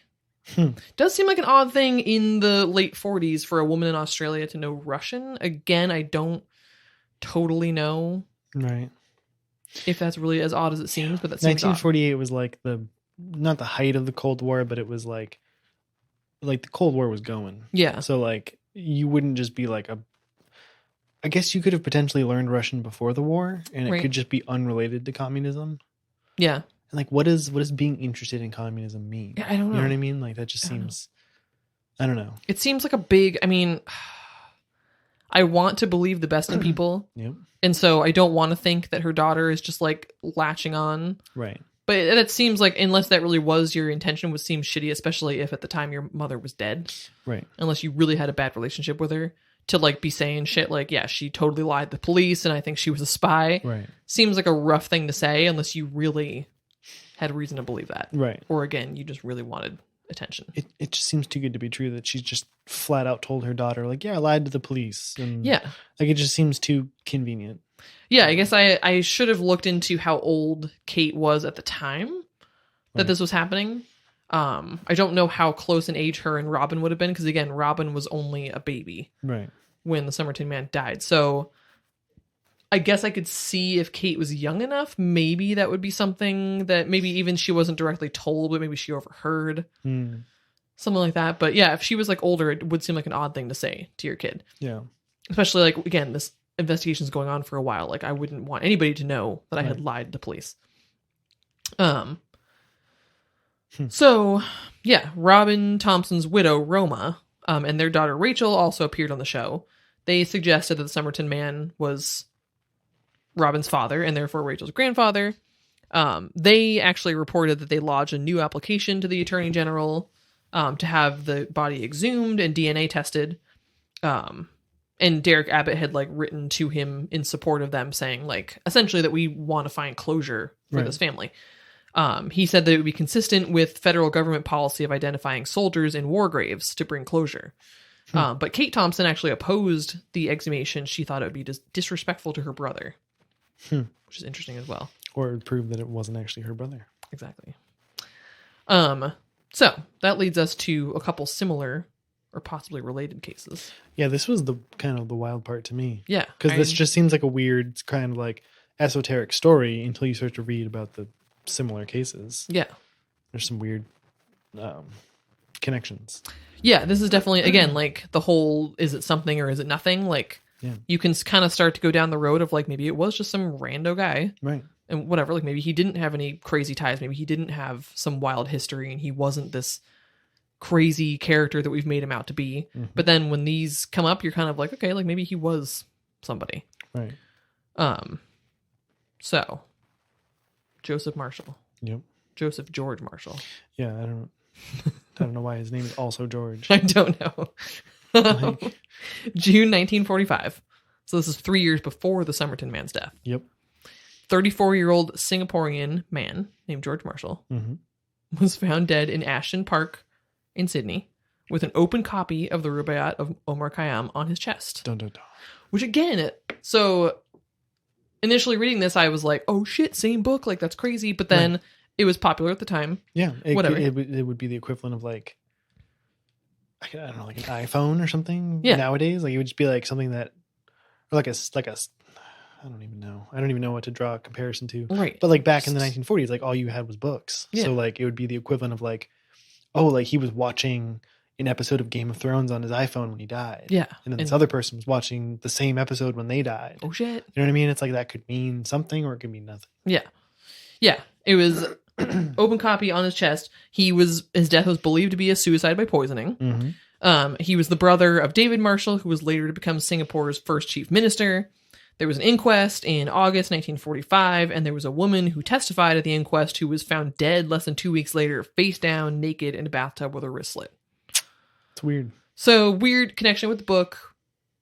like suicide, poisoning, all very similar. And then with somebody being killed who testified at the inquest, seems like, maybe wasn't a suicide. The part about this that I don't buy is that, so I guess is the implication that this was a serial killer, or that it was like some kind of spy thing? Right. Yeah. I would buy that it was a serial killer, because this would be like a signature that the serial killer left was the rubaiyat. But a spy isn't going to leave something behind at 2 different murder sites where they like killed another spy or whatever. Right. They're not going to leave that behind as like a signature. They're going to want to keep those like as unrelated as possible. The fact that these are not linked doesn't speak to spy to me. It would speak to a serial killer, but we've seen like no evidence of the serial killer. Right. So it's just weird. Like, again, is this connected? Is this the linchpin of the whole Somerton Man case, or is this just full coincidence? Exactly. Yeah. Everything about this is frustrating in the same way of just, everything or nothing. Everything or nothing. And then June 6, 1949. So this is the following year after Somerton Man. The body of a 2-year-old boy, Clive Magnuson, was found in a sack in the Largs Bay Sandhills, 12 miles up the coast from Somerton. Lying next to him was his unconscious father, Keith.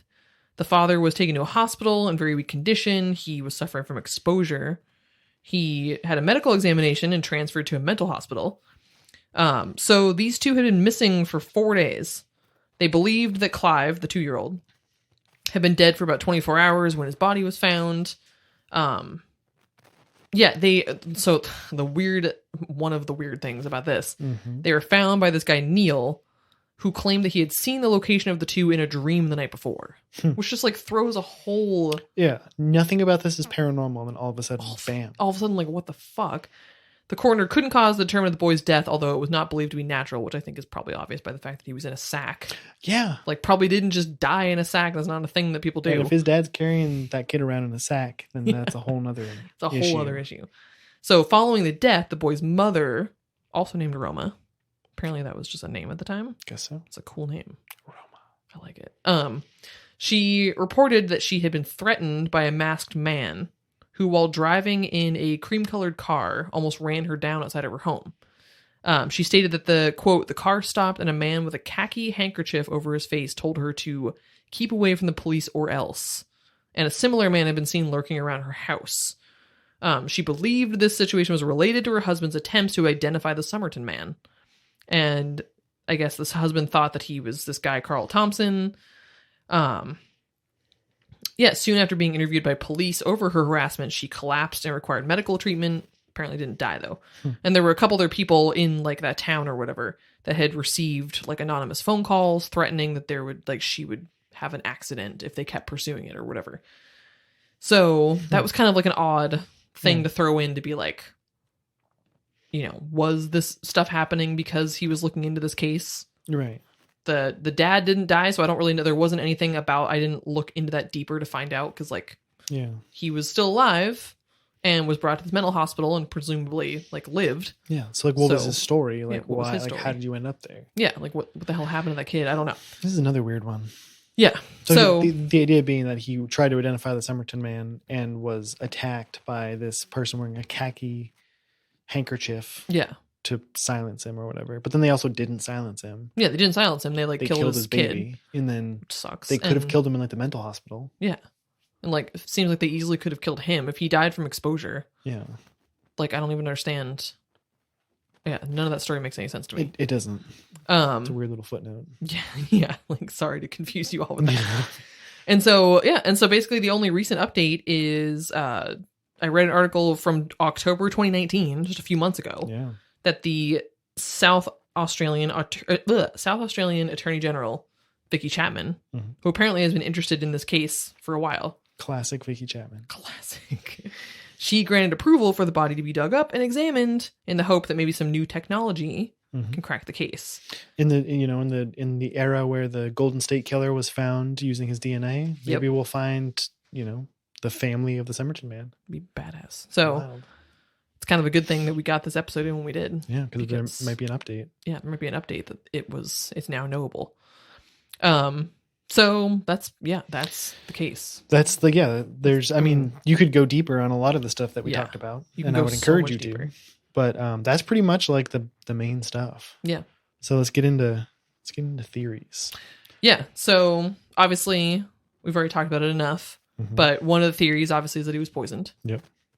But that seems to me the most likely, at least, cause of death. Yeah. How the poisoning happened is up for debate, but I think that poisoning makes the most sense. Yeah. You had mentioned positional asphyxia as a potential cause of death. Apparently that was something that was actually brought up, I'm sure not solely, but by Derek Abbott, that he thought maybe. Yeah, like if you were laying in such a way that we were describing, where like your chin is touching your chest and like your neck is all tweaked, I guess I could see but then again, I feel like positional asphyxia, it would be a symptom of being poisoned, because you're not just going to lay like that and suffocate to death unless you're on like some heavy sedative. Exactly. Yeah, it said that it's a pretty rare thing. Like one of the examples they gave was somebody being crushed in like the automatic doors of a store, which that's like a bit more of like just you laying against a seawall. Yeah. Like I don't think you're just going to let yourself suffocate and die. Right. Like you could just slide 6 inches down and breathe. You know what I mean? Like, he's just like, no. Yeah. I really like my head being 90 degrees to my body. This feels good. It doesn't make any sense.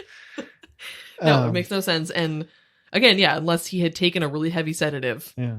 Or was given a very heavy sedative. Yeah, or was given one. Which wasn't in his food. No, it wasn't in his food. And there were all kinds of theories about, like, did he potentially, there was no like means of the poison getting into his system around him. Puncture marks. There was no needles. Yeah. But it was like maybe he took the poison a short walk from the beach and it was taking effect. And that's why he was so close to the stairs. Right. Because he took the poison, tossed the vial or whatever somewhere, and then, went to go onto the beach and he couldn't really get far because he was starting to feel the effects. Right. And then sat down. Maybe that's part of, why he was slumped, why there's nothing near him. There were like some shrubbery behind him. It was like maybe he took it and then tossed it into the shrubbery. Maybe it got buried in the sand somewhere near him. He just like thrown it into like the ocean or whatever. Yeah. There's like a million things. And it's also like, even if somebody had found it, if they weren't looking for it at the time, just the sand and like obviously a lot of people being on the beach could have gotten buried. And if somebody had found that later, you wouldn't really think anything of it. Right. If you it wouldn't be like, what the fuck? And even they mentioned maybe he took pills, which wouldn't need to be a vial. But then they would have found it in his stomach. Yeah, they would have found something. And I guess there was like dust in his pockets that they even did an examination of, and there was nothing unusual found. So I think he was poisoned, but I have no fucking idea how. Yeah, no idea how. Or why or who. The cigarette on his lapel is weird because it's like, did he lay down and like felt like a cigarette would wake him up? Or did he poison himself and he wanted one last cigarette and didn't have enough energy to light it? Right. Because he only had matches and not a cigarette lighter that he left in his bag for whatever reason. Yep. I don't feel like if he was going to commit suicide, he would have like left his bag in like a train station, and I don't feel like he would have showered. I don't feel like he would have been doing the things that he was doing if he was planning on committing suicide. Right. It's also strange too, like that he would have traveled to this place that he doesn't know of, check his bag, take a shower, shave, and then go drink poison and then lay down on the beach. Like it just seems, I mean, there's been stories of people doing that where they go to like a new, like somebody like gets diagnosed with like, there's this one mystery where this guy went to like some beach town in England. They never determined his identity, but they found like he went there and like drowned himself on the beach or whatever. And they find his body, did an autopsy, and they found he had like this awful aggressive form of cancer and he was dying. So he like went to this seaside town to like kill himself. Yeah. But there was no medical conditions that would have caused the Somerton Man to die except for the ones related to his poisoning. Right. So like the suicide thing doesn't feel right to me. I don't know. Like I still err on the side of that he was murdered. Like it just feels to me like he was murdered and then or like he was, dosed with this poison. And then maybe was like wandering and he's like, oh, I feel fucking weird. And then like laid down, like I just need to lay down and like smoke a cigarette real quick and put the cigarette in his mouth and then died, or positional asphyxia, or his heart just stopped or whatever. Right. And maybe even those people who saw his hand go up, like he was like trying to get their attention, like for help or whatever. Yeah. But my gut feeling is that he was murdered. Yeah. I don't think it was suicide. No, I would have to agree. And obviously, again, there's a lot to go into with this particular theory, but one of the main theories of why he was murdered is that he was a spy. Yes. I'm a big fan of the spy theory. Yeah. Because it's very romantic. It is. And that was what some people said too, is that that's like a thing, especially around this time frame, that you can kind of pin on like every unusual 1948. Yeah. Cold War. Like somebody was a spy. Yeah. There was a Radium Hill uranium mine and a Woomera test range nearby. His death coincided with like a reorganization of Australian security agencies. There was like a whole crackdown on Soviet espionage in Australia pretty soon after he died, I believe. So there's obviously that potential that he was. That would make sense why his the labels were gone from all of his clothing, why he had these like weird sharpened things in his like the sharpened scissors and the sharpened like knife, why he had that like the stenciling brush could have been related to spy activity. Yep. Even like the evidence that he had kind of been a little bit of a traveler. Had things from America and things that were more popular in America or could only be obtained in America. So this guy obviously wasn't, native to Australia, it seemed. The fact that we've never been able to find his identity too could just be like he went into the whatever intelligence agency and they just scrubbed his background from all records. Yeah. And that's why we've never been able to find him. The Singaporean man who was found with the rubaiyat on his chest in Australia as well could have also been a spy. Right. Maybe the nurse there, what was her name? Jessica. Maybe she was a handler, like a spy handler.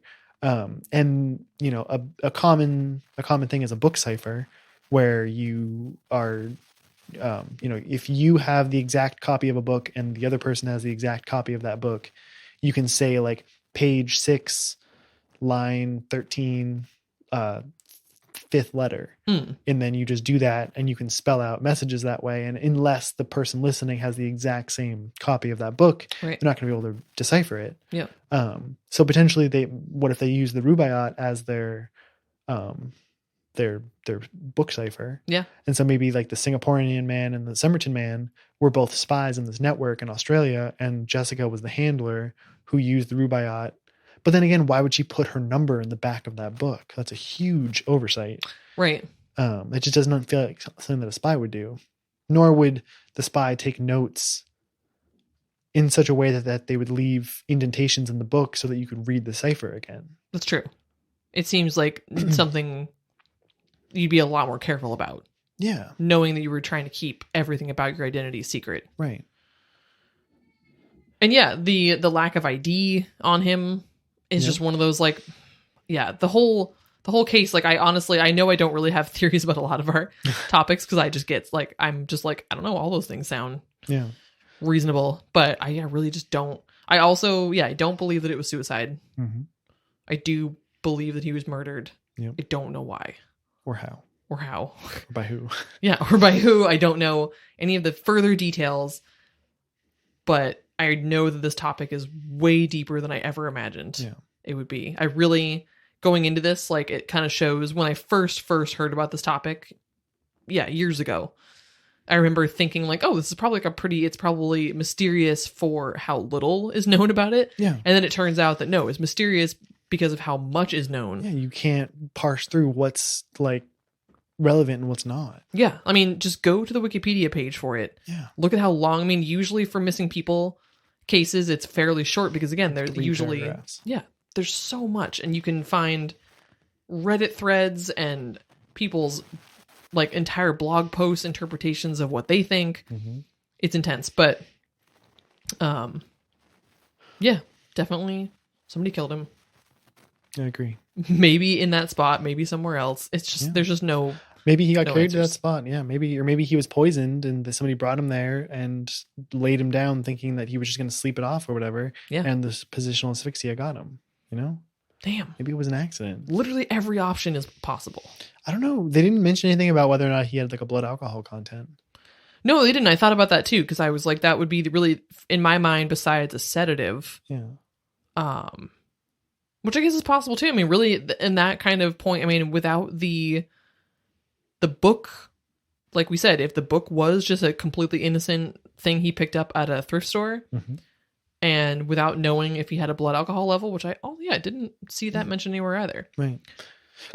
If he was hammered, what if he went to the nurse's house? Like he had a past relationship with the nurse, went there, she rejected him. He went and got shit hammered and then wandered down to the beach and laid down there and was so drunk that he passed out and positional asphyxiated to death. Whoa. I'm just going to go with that pronunciation. Yeah. It was not correct, but that was correct. Best I'm going to do. Yeah, I wonder even what if he had been not even hammered drunk, but what if he had a couple drinks and taken a sedative for whatever reason. There are people who take sedatives, as sort of like a relaxing agent or whatever. Maybe he had taken one and had some drinks or vice versa and gone down to the beach just to like be sad about shit. Right. And then, just got himself wedged weirdly and was all loose from the sedatives and from the alcohol, and then just whoops. Yeah. I remember saying like his pupils were tiny or large. Yeah, they were something. They were either too big or too small. They were something they shouldn't have been. So what if he did like an eyedropper of barbiturates? You know what I mean? Like that's a thing, right? And I'm imagining in this scenario, he goes to see her. Oh man, maybe he goes to like bring her the book of poems. Yeah. And she like turns him down or whatever. And she's like, get the fuck out of here. I'm marrying this guy. Yep. His name is Prosper. He's super cool, clearly by his name. Yep. And he's like, fuck this. Yeah. So he takes the book because she didn't want it because she's like, get out of here. Right. And then he like rips out the it is finished part because this relationship is finished. And then he chucks it in the back of a car because he's like, fuck this book. Don't even want it anymore. Yep. And then, goes and takes some little cocktail of stuff because he's sad, slumps himself against a seawall, and now he's dead. Maybe he just kept that little it is finished part in his pocket because he was just like... Yeah, because it's finished. Yeah, feeling real sad. And he wasn't intending to kill himself. It's a very like drunk, dramatic thing to do. Rip that out of the book and then toss it in someone else's car. Yeah. When you think about the details of that in the eyes of somebody who was even a little bit drunk... Oh, yeah. It starts to make a lot more sense. You're like, yeah, I could see doing that if I was drunk. You said that. So Robin, the potential child of the Somerton Man. Yeah. And the child of Jessica. Yes. Was 2 years old when the Somerton Man died? I mean, one of the things I read said that he was 16 months old in 1948, which doesn't make sense because you aren't 16 months old for the entire year. Right. So I don't know exactly, but he was under 2. So, what if the Somerton Man had what if he was either... whatever, pick your poison. He was a spy. He was a merchant mariner on a boat. Yeah, a traveler, whatever. Comes into town, Adelaide, sleeps with Jessica, goes off, does his thing, comes back 2 years later, and is like, "Yo, you got a kid? How old's that kid?" And it's like, 16 months. Weird. I was here 16 months ago. Shit. Or year and whatever. Yeah. So what if that was the thing, and like she was like, nope, this isn't your kid, you're not gonna see him, and like completely shut him out, and that could have been what drove him to go do drugs because he wasn't gonna get to see his child. Dang. What if she even he found out somehow that she had the kid and that's what brought him back, which would be why he took a shower and shaved. Yeah, because he was trying to look good for the girl. Yep. Weird. And then found out on his trip like, oh dang, I have a kid. Right. And again, I don't remember the exact timeline, but I'm pretty sure that her and Prosper, or did they get divorced shortly after? Either she was about to get into a relationship or was presumably already in one and was about to get married, or she was in a relationship and was about to get divorced. Either way, I'm pretty sure that this Prosper guy was in the picture in some way. And so in 1948, women weren't allowed to have sex lives, so she didn't want to admit to her either current or future husband that she had slept with this guy and had a kid with him. She could have told some story like, oh yeah, he died in the war or whatever. Yeah. And so that's why when she went to go see the plaster bust, she's like, oh shit, that's the father of my child. Yeah. And that's why she was so emotionally distraught, but also wanted nothing to do with it because she didn't want it to come out that she'd slept around and that wasn't a child. You know what I mean? Like, we just cracked this case. Maybe. Maybe. Or maybe we're focusing on the totally wrong thing. Exactly. Yeah. Now I just have in my head, okay, so that's my favorite theory now. Yeah. That's the closest that I can come to. And maybe that cipher that was in the back of the book was, like I was saying, how it's the first letter of words. Mm. So it's a, mnemonic device in order to remember like a speech or whatever. So maybe he had a speech he was going to say to her. And so he wrote that in the back of the book so he could remember what he wanted to say to her. Yeah. You know what I mean? Like Jessica, I love you. I want to do this or whatever. And so it was like Jil. You know what I mean? Yeah. That's not the letters. Yeah, it's not, but something like that. Something like that. Yeah. Some kind of like romantic poetry type thing. Right. Yeah. Because then he had her phone number back there. So he was like ready to be able to call her or whatever in case he couldn't like remember where she lived. But then like, another weird detail that I just want to examine. So cigarettes. Yeah. So he had the cheap Army Club cigarettes, which are just like in a ration, essentially like the cheapest cigarettes you could get in Australia at that time. Yeah. Inside the package was 7 expensive cigarettes. So he was trying to look less wealthy, or like he had less taste or means. And it's weird because potentially the thrifted clothes, the weirdly like sharpened knife and the sharpened scissors and stuff doesn't really make sense. And then he's like also trying to appear less wealthy than he is.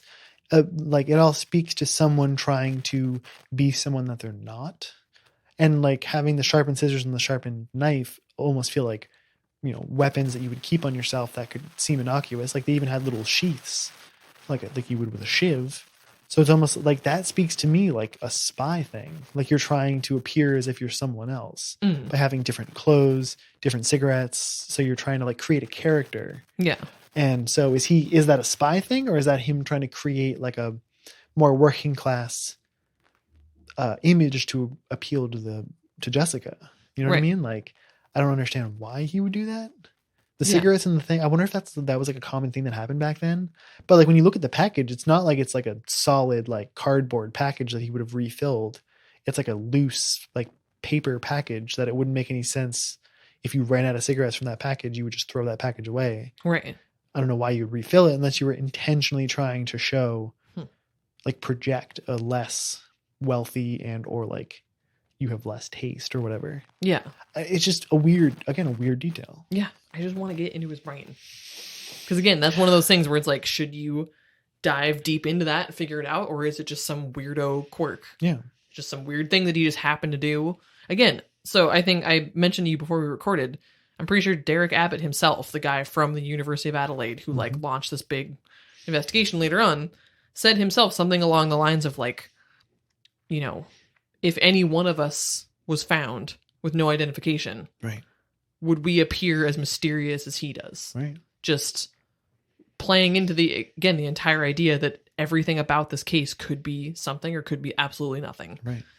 And I think, it's because so many things were found and were mentioned and included in the case notes and everything that it's like you could go into 15 different directions of like, but what about this? Like, what about the phone number? And what about the piece of paper? And what about it found in the car? And what about the nurse? And it's just, we don't even know that all these things are actually connected. Right. But we're wanting them to be connected. But you can't discount anything, and you can't make anything the most important because we don't know. Right. Which is ultimately why this case it'll never be solved to the extent of knowing what the connection is between all these things, because we're never going to be able to hear it from him. The most that we're going to know is his name. Yeah. And his identity. Exactly. And potentially his like descendants. Yeah. And you could probably glean some information about like his, his life or whatever. So if you find out like, oh, he has like 3 living grandchildren, and they're like, oh yeah, grandpa, blah, blah, blah, like was, fought in World War II, blah, blah, blah, whatever stories they have of him. I doubt they're going to know how he died. Maybe like this story will end with like, yeah, and then one day he like got in a boat and sailed away and we never saw him again. Or he got on a plane, flew away and never saw him again or something. Yeah. There's going to be no satisfactory conclusion to how he died. Right. And with Jessica being dead at this point, we're never going to really know if they had a connection. Right. All we have is some feedback from her kids. Yep. Who may or may not be just trying to backpack on the family legacy. Yeah. So, yeah. Welcome to the frustrating case of the Somerton Man. Yeah. Go out there, Google some stuff, go deep on some of those rabbit holes, see if you can figure it out. Yeah. Let us know. Yeah, let us know what you think. Do you think he was a spy? Mm-hmm. Do you think it was suicide? Do you think he was murdered? Was it a serial killer? We didn't really touch on that much, but was it some kind of serial killer? Yeah. Was there a connection with the book, or was he just some drunk guy in love and pissed off because he wasn't going to be able to see his kid? Mm-hmm. Let us know what you think. And let us know if you find anything interesting, if there's any details we left out, or anything that you dove down and you were like, hey, this completely changes the route you guys are going in. Exactly. Let us know. Love to hear that. Yeah, love to know. So, that's episode 35. Somerton Man. The Somerton Man. Tamám Shud. Yeah. Wow. It is Nice. finished. All right. I get it. Yes. All right. Yep. Episode 35 of Unknowable. Unknowable. Love you.